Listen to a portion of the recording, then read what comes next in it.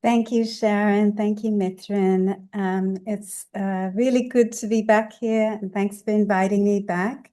I wonder if it's nice to speak to people, so if you wouldn't mind turning your videos on, that would be great. I'd love to see your faces. But if if you absolutely can't turn your video on, I totally get that. But welcome. This is a topic I'm looking forward to sharing a little bit more on. But to get us started, I'm actually going to get you to jump into the chat and answer this multiple choice question. So, how many times do you think the phrase "do not be afraid" or "fear not" appears in the Bible? A, 12, B, 40, C, 70, D, 365. Thank you, Mary, for getting us started. Just a guess.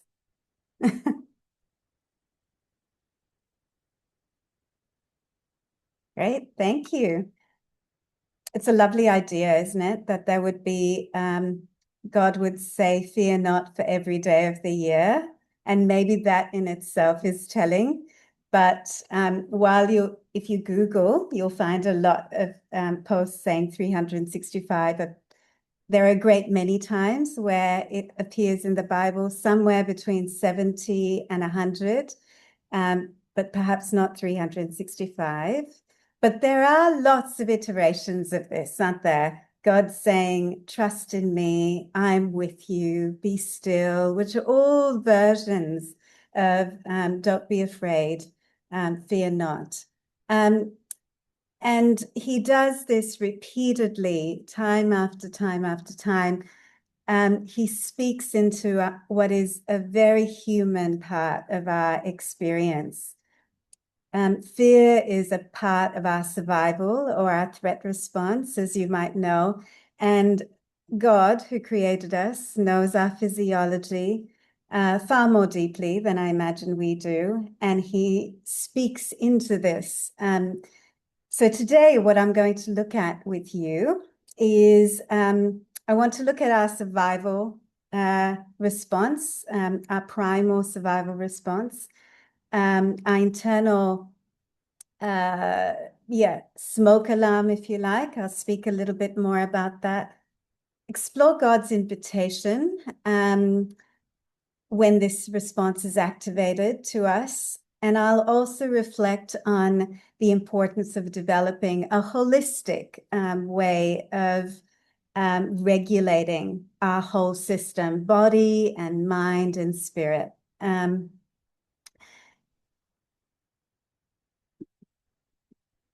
So we are wired for survival. This is such a primary part of the way we are wired.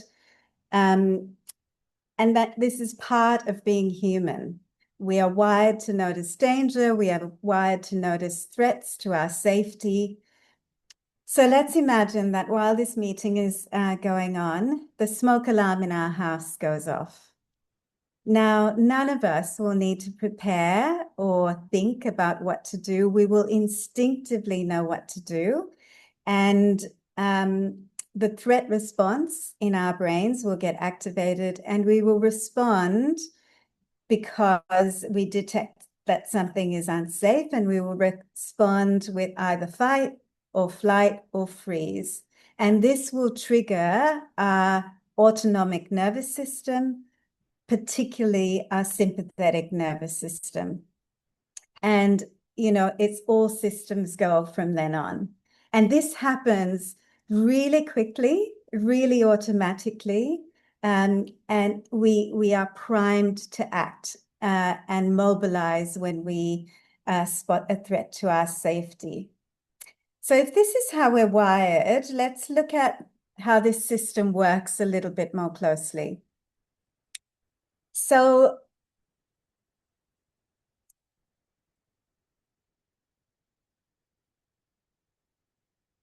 the smoke alarm in your house, in my house, doesn't differentiate between burnt toast and the real threat of a fire. it will go off, depending on where it's located, in the same way. Now, your brain's smoke alarm, your brain's threat detector is exactly the same. It doesn't differentiate between a real threat or perceived threat. It reacts in exactly the same way. And what's more, your brain doesn't differentiate between a physical threat to your safety, which is a car swerving towards you, say, when you're driving, or a psychological threat to your safety, like someone criticizing you, or a difficult email that you open up, or a memory that comes up for you, or a tone of voice that you hear in the other person. The smoke alarm part of your brain reacts exactly the same way the smoke alarm in your house does. It reacts first, it reacts fast, and it reacts really automatically.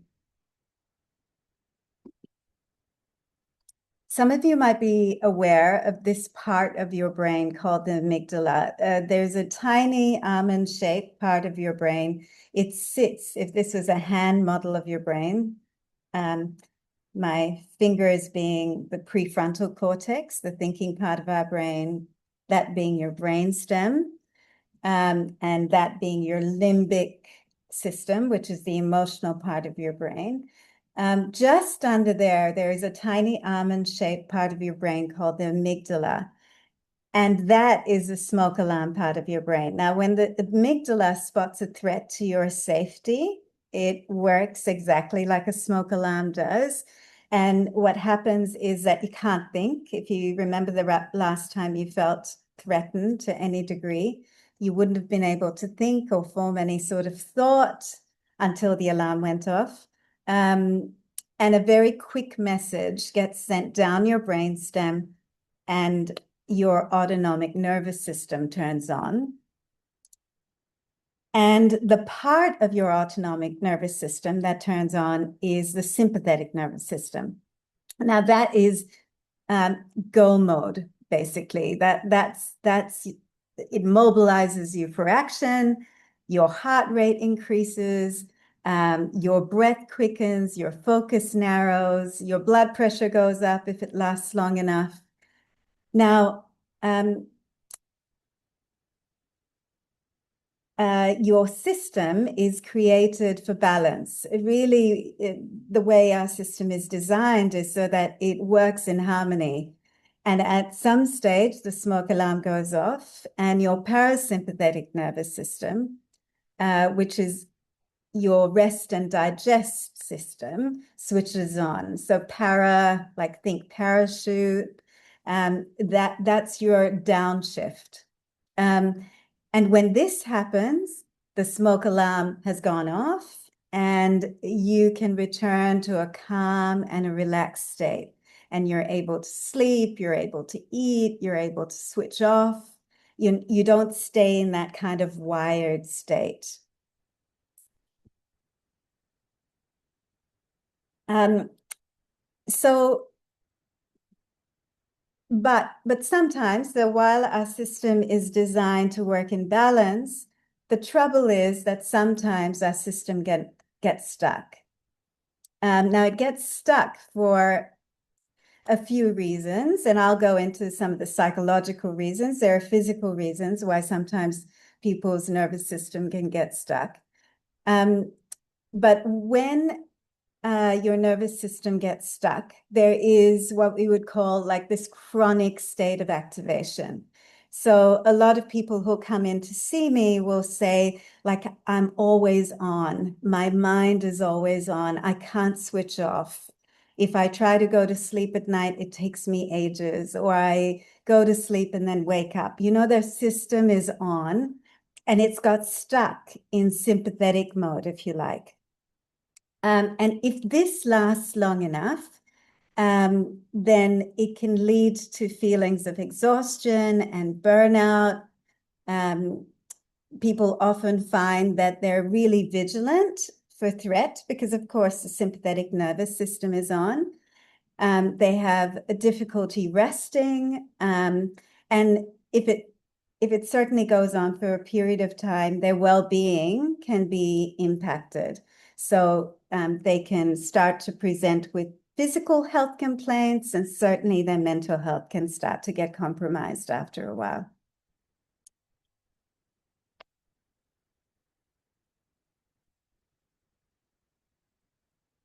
So I guess that takes us into why each of our systems, our smoke alarms, if you like, in our brain react the way they do.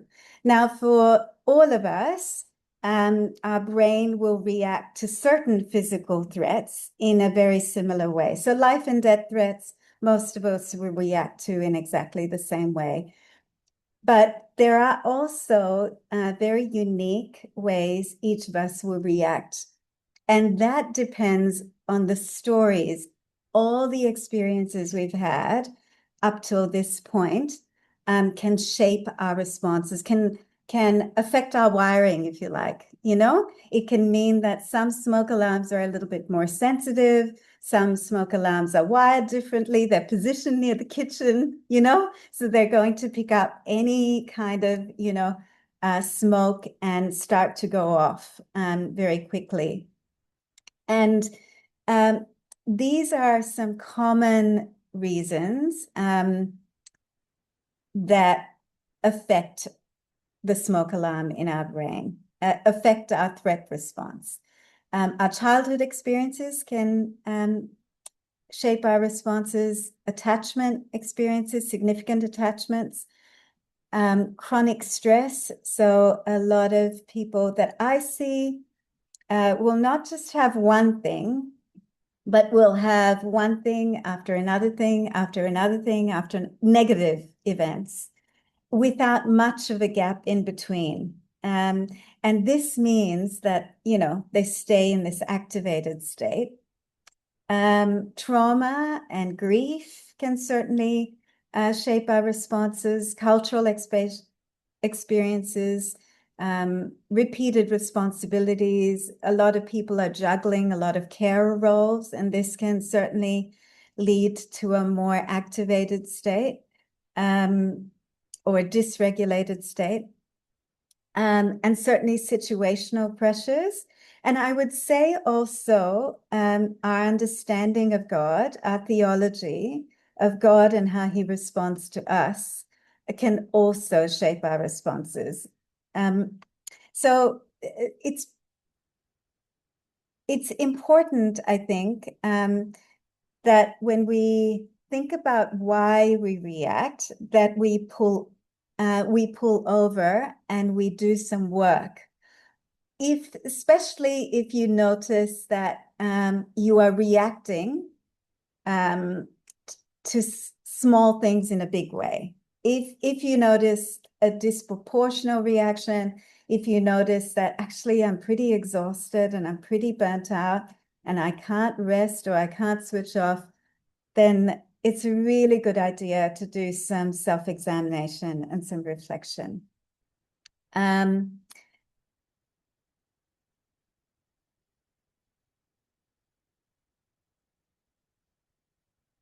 I want to tell you this story of a polar bear. It's a story that Peter Levine, who developed a type of psychotherapy called somatic experiences, which is a lot of work around the body and not just the mind, tells in his training. He looks at a polar bear that was studied by a bunch of researchers, and this poor polar bear was chased and then eventually tranquilized for a little bit, not forever. And the researchers gather around this polar bear, and the poor animal is stressed out of his wits, and the researchers move away, and the camera still follows this polar bear. And you see this polar bear shake and shiver for a little while. And then you see him taking these, big, long, deep breaths, almost like his sympathetic nervous system has switched off and his parasympathetic nervous system has switched on. And he gets up and he happily trots off. Now, animals, we say, complete the stress cycle. So they, when their sympathetic nervous system is switched on because they detect a threat, they will just move through that cycle and complete that stress cycle so that their parasympathetic system balances in. But humans, and maybe for most of us, we can override it very easily. So something happens at work, and actually you've got a meeting that you've got to rush into. And so you don't really stay to process that or to feel that to any extent. You go straight into the next thing. Or you come home from a hot day at work and the house is a mess and there are kids and there's dinner to cook and there's no time to pull over and for your system to complete the stress cycle. And so we suppress it and we push through it and we keep going because we can, but it leads to incomplete stress cycles. We talk about the fact that actually that activation is just stored in your body. It gets locked, if you like, and it leads to a dysregulated system.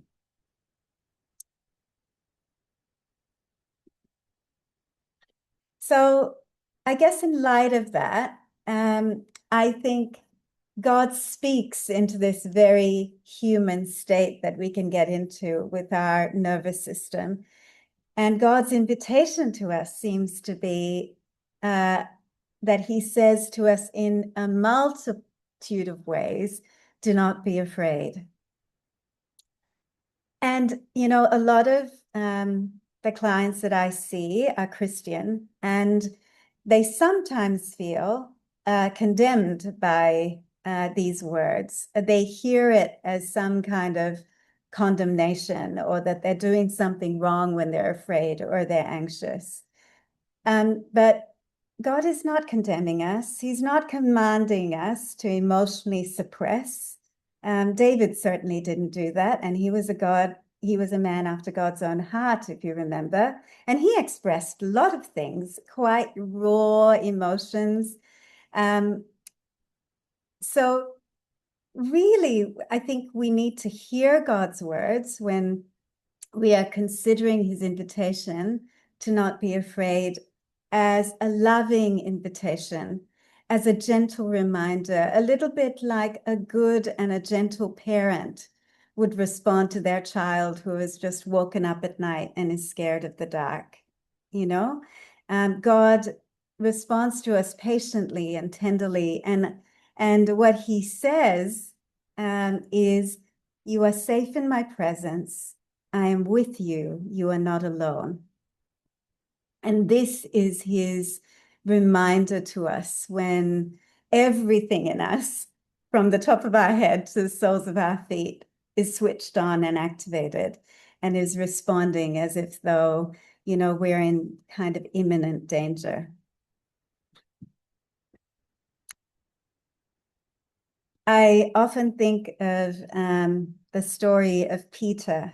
Do you remember how Peter was invited by Jesus to get out of the boat, and he steps onto water, which is pretty miraculous, and he's walking, and then all of a sudden there's this wind that blows, and just like any of us would, he spots that as a threat, and he sinks, doesn't he? And, Jesus reaches out to him, he steadies him, and he brings him to safety. And really, I wish it was possible to eliminate fear, but unfortunately, in our present world, that's simply not the case.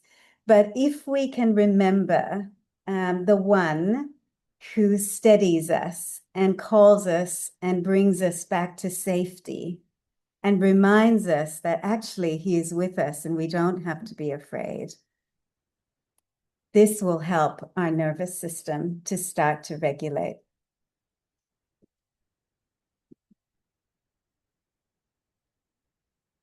So It's one thing to know this in our mind, but we also need an embodied return to safety. In order to live the invitation to trust and not be afraid, we actually need to find ways to return not just our mind, but also our body to a sense of safety. And this means we need to learn some practices to regulate our body and our mind and our spirit. And I'd like to introduce you to a couple. We won't have time for, all of them, but I think we can cover a couple of them today. How are we all going? Is this okay? I'll answer some questions and respond to some of your comments after, but I'd like to talk you through some practices. So, and we might do this together now, but one of the most important practices, and if you've ever seen anyone like a GP or your GP or a nurse or someone, when you are stressed or having a stress response, one of the things that they would have said to you is just breathe, slow your breath down. And I'll teach you a practice in a minute. When we slow our breath down, the thing that happens is that a message gets sent, our heart rate slows, a message gets sent up a cranial nerve through the brainstem back into the brain. Remember the smoke alarm's here. And it says to the smoke alarm, basically, there's no fire. It's just burnt toast. The smoke alarm switches off. The thinking part of our brain comes back on. And that's what we call regulation, the triune brain. The brainstem, the limbic system, the prefrontal cortex, they all come back into contact with each other. And this is what forms a regulated response. So let's practice that. One of my favorite practices is to just slow your exhale, so to slow your out breath. So I'm going to teach you a practice. So I'm going to get you to breathe in through your nose. And then when you're breathing out, I'd like you to open your mouth very slightly, like you're breathing through pursed lips or through a straw. And I'd like you to let your breath out as slowly as it needs to go out. So no need to force it. Just let it out as slowly as it needs to go out. So let's just all take a breath in together. Just in through your nose. And then just open your mouth very slightly, like you're breathing out through a straw. And just let your breath out as slowly as it needs to come out.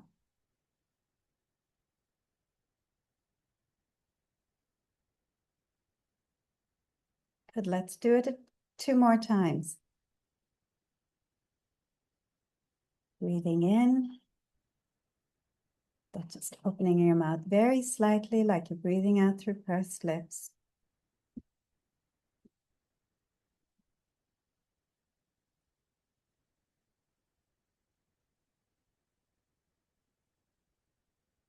Good, that slow exhale triggers the vagus nerve, which is a cranial nerve that's connected to your autonomic nervous system.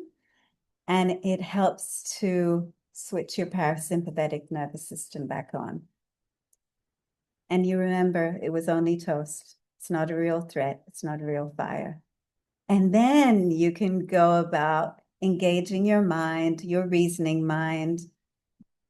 All of that starts to be able to come back online once the smoke alarm is off. But while the smoke alarm is on, I have a lot of people who come in and say, I tried to tell myself, I tried to repeat scriptures to myself, and it doesn't work. And the reason why it doesn't work is your physiology, your smoke alarm's still on. So, anyone who's ever had the smoke alarm go off in their house, you can't think while that thing's going off, right? It's only when it stops that you can start to go, oh, now I can think again. So, little reminder to switch off the smoke alarm, and an easy way of doing that is with your breath. I think this is becoming increasingly important, the practice of slowing down or finding ways to slow down.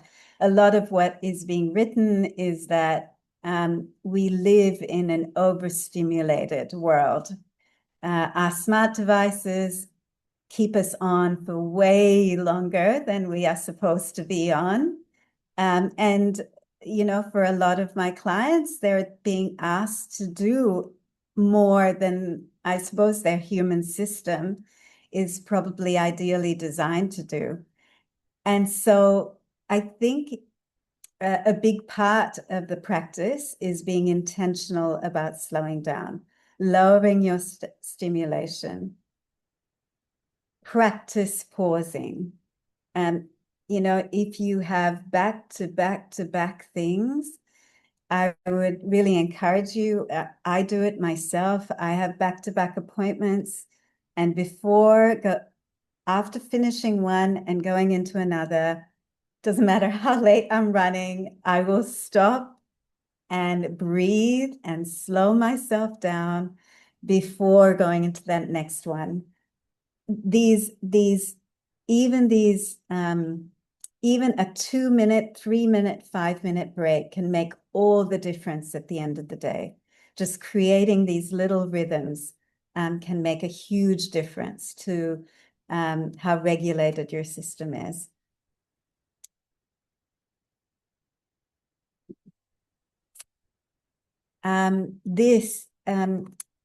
If you haven't learned or haven't practiced or haven't incorporated a practice of still or silent prayer, can I really encourage you to do that? The research on meditation, secular research on meditation, there's a vast amount, and it is so compelling. The benefits are numerous, from physical health to mental health benefits. And it's more than stopping for 2 minutes. There are extended practices that can be 10, 12, 15, 20 minutes. And really, I feel like we've got practices within our Christian tradition, and they are still forms of prayer that are about being still in the presence of God.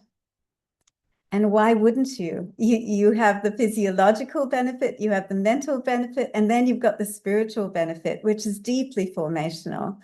As someone who has learned and practices this, I don't know that I've found anything that makes a difference as much as these practices do. The deeper part of these practices is that in psychotherapy, we know that a lot of our reactions are about our ego. There are these layers of what we call our adapted self, or our false self, or our egoic self. Now, the invitation, I think God's invitation, is to return to true self, your authentic self, the way he designed and created you, where you are in union with him and he is in union with you. Now, when we practice silence and stillness and solitude for extended periods of time, we are forced to let go, drop those parts of ourselves that actually have no use when we are practicing silence and solitude. So I would really commend these practices to you. And if you're interested in connecting with me and learning some of those practices, I'll have some ways of you being able to connect with me and what I offer, but there is a ton of stuff out there.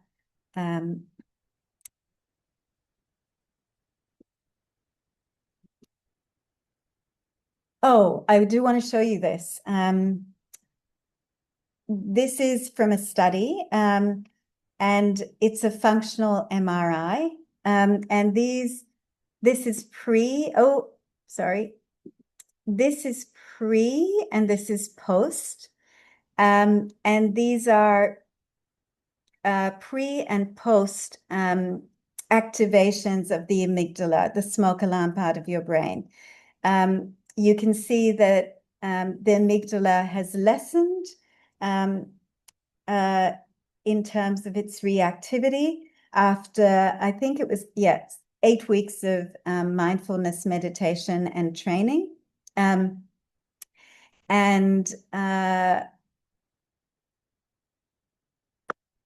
That, amongst other studies, certainly demonstrate in a very real way that these practices make a difference. A couple more to go. I want to share 2 more practices and then we're almost there.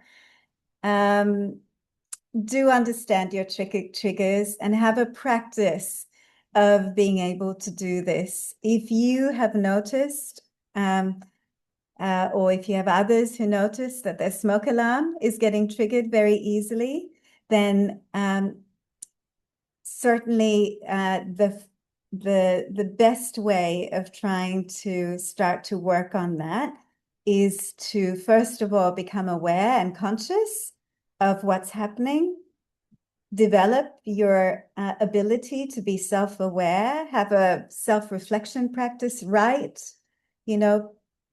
do a bit of an old pencil and pen writing in a book or a journal. Use the note app on your phone. I think my iPhone even has a journal app in it that's inbuilt. So, there's no shortage of ways we can pull over to self-reflect. And is there anything magical about writing? The thing about writing is it slows us down. And it helps us to slow our thoughts to the pace that we can write. And that helps us to pull over and try and understand ourselves. So here are some things you can ask yourself if you want to start doing this. Spend some time asking yourself what you reacted to. Ask yourself how you reacted. What happened? What did you say? What did you do? Think about whether you are still feeling it. So often we self-reflect outside of the moment in hindsight, and that's, as it should be. But a big part of that is to also try and figure out if while you're bringing it up, you are still reacting to it. Ask yourself what that was about. Psalm 139, God invites us, doesn't he, to examine our heart, to open it up to him. So this practice of what was that about? What was that about, God? Ask him to show you. Do it in a prayerful way. And then ask yourself, what does my system need now? Because you've just pulled over to maybe understand a little bit about why your system reacted and was activated.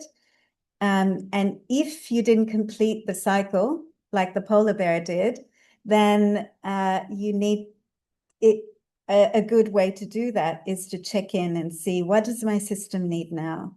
Does it need to just sit here and just feel what it needs to feel? Does it need to go to sleep a little bit earlier? Does it need to talk to someone? Does it need to reach out to someone? And if you only get so far in some of this work, then please find one of us. There are lots of us who are trained and skilled in helping you do exactly this, to understand why your smoke alarm switches on, to help you look at some of those things within your own history that have shaped your responses, and then to help you change, to rewire your smoke alarm, to repair it. And over time, your smoke alarm will learn to react less and less and less and less. It doesn't switch off instantly, but it will react less and less and less over time.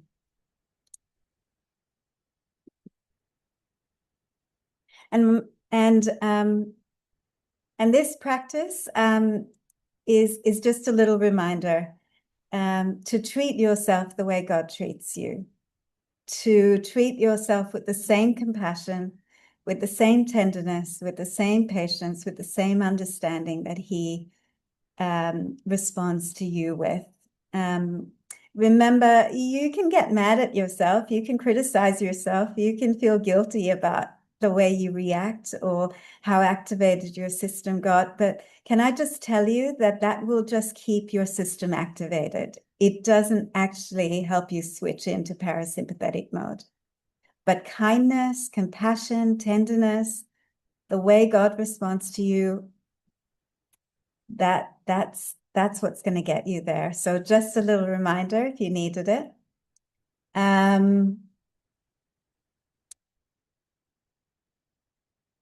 And I'm almost done, but just before I leave you, I want to just share and maybe summarize that as we understand and regulate our nervous system, we can create more space to live in safety, body, mind, and spirit. This is so important, the holistic way we can regulate ourselves. And we can live from trust and know that we are held by Emmanuel, God with us.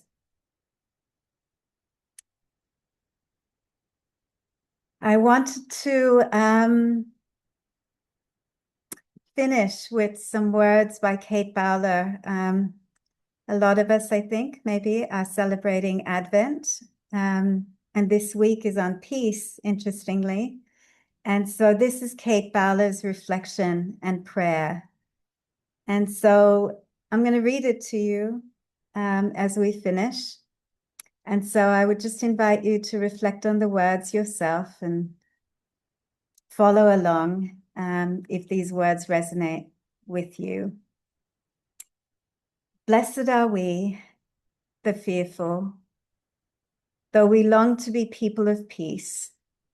We can't lie. We are afraid that there won't be enough resources, enough time, and enough memories. O Prince of Peace, still our restless selves, calm our anxious hearts, and quiet our busy minds.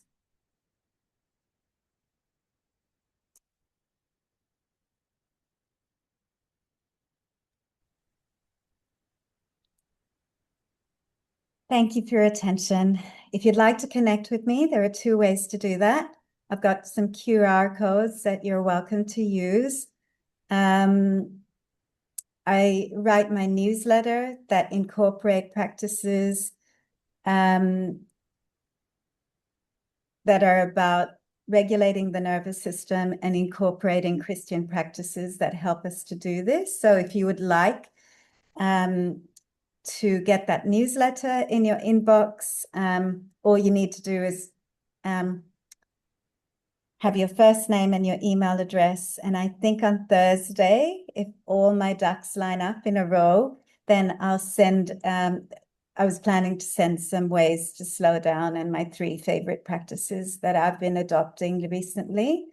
And if you want to get in touch with me and you want to do some of this work, then you can use the other QR code and that'll give you my contact details. So I'll leave that up for a couple of minutes if you want to make use of that, and I'm happy to answer any questions or to discuss any parts of this conversation, this talk with you. Thank you for your attention. Thank you, Nicolette, for a really wonderful, beautifully well-integrated presentation. It was so clear, and the analogy of the smoke alarm was so helpful as well. And I guess you covered the body, mind, and spirit as you shared that as well. So thank you for those helpful and practical thoughts and your experiences. Does anyone have any questions? Otherwise, I can throw one out.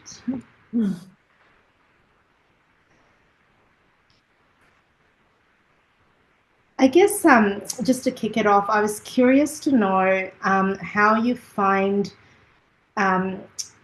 people adopting the practice of even breathing slowly or being still, slowing down. I'm reflecting on a conversation I had actually with a couple of teenagers who are having a lot of anxiety, and one of them sees a psychologist, and I was talking about this whole. I think I was looking at This Way Up, which is you might have heard of them, and one of the things was talking about breathing, and I was trying to explain this what you said in probably not as nicely as you did in that analogy, but and there was a real resistance. They kind of went, "Oh, it doesn't work." It doesn't work.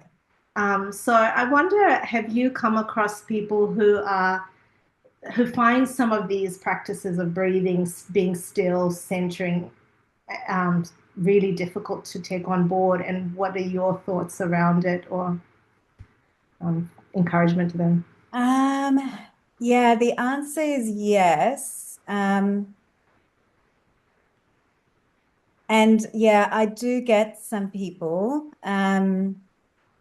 who say it doesn't work. And what I do say to them, yeah, and teenagers are hard to convince, but what I do say to them is that it takes practice. You know, it's like anything. If you want to play that piano or you want to hit that cricket ball a little bit better, you're going to have to practice in order to get better. Um, I think doing it with them, I will often do it with my clients in session. Um, we will pause together at the start of a conversation or when I can see that their system is getting activated. Um, and they experience it in the moment, and they have me doing it too. And there is a whole other topic about co-regulation that actually, when my system is regulated, then that helps your system to be regulated, and your system helps my system to be regulated. And so there's this really beautiful interaction that can happen. So yeah, I think it is hard to convince. And in our go, go, go world, I think it's even harder. Yeah, I don't know if I answered that question, Priya. Does that? No, good. Yeah, no, that's really good. Yeah, so it's basically reminding them it takes time to practice, doing it with them, helping them, yeah, practice in the moment. And then that idea of co-regulation is where calmer and settling down, hopefully it helps them to feel more settled and regulated. I think those. Yeah, absolutely. Yeah, absolutely. Um, yeah, and I think I explore with some of my clients just ways that they can slow down. And even if that's just doing one thing at a time and Mm, not multitasking, that's still your system being less activated, you know? yeah. So maybe even just reducing the noise slightly can be helpful. Yeah, that's good. Yeah. Does anyone else have anything? Mithran, you wrote religious struggle, but maybe I didn't keep up with what